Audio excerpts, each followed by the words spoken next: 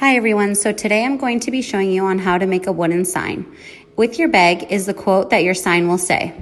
Today we're going to be making happiness is homemade. This is the plank of wood that you will be using. This is the front. The knots from the string is the front and it is painted white. The back is not painted. This is the back. Again, this is the front. You will need your foam brush. You will be needing your Mod Podge. This will seal the stencil. You'll need your black paint. And this is the stencil. It is actually a sticker. I will begin to show you how to peel the sticker to add it and place it onto your plank of wood. You're going to begin by carefully peeling off the stencil.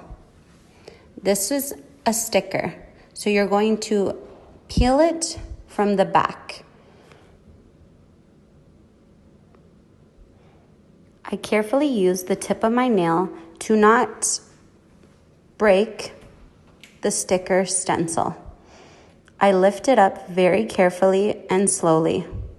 You might want to ask a parent for help or an older sibling.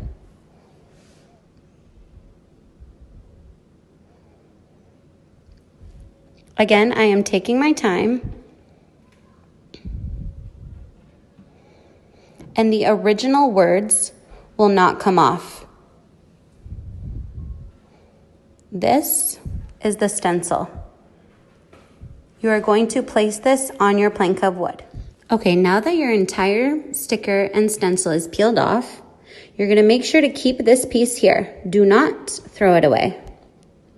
I'm going to be using a different plank of wood, not this one. Mine is the same, but no knots on the top. Afterwards, you're going to center your stencil in the middle of your plank of wood. Make sure it's centered and stick it down perfectly. Make sure it's stuck. Afterwards, you're going to peel off the inside of the letters and put them on the plank of wood. Now, I peeled off all the center of the words and it's complete. Now that your stencil is on, you're going to grab your foam brush and the Mod Podge. You're going to paint over with the Mod Podge every letter on your stencil. You do not need to paint anything but the letters. You do not need to Mod Podge around the stencil on the wood, only the lettering. You're going to make sure every single letter is covered in Mod Podge.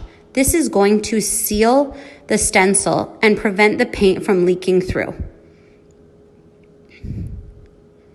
Make sure you cover every single letter.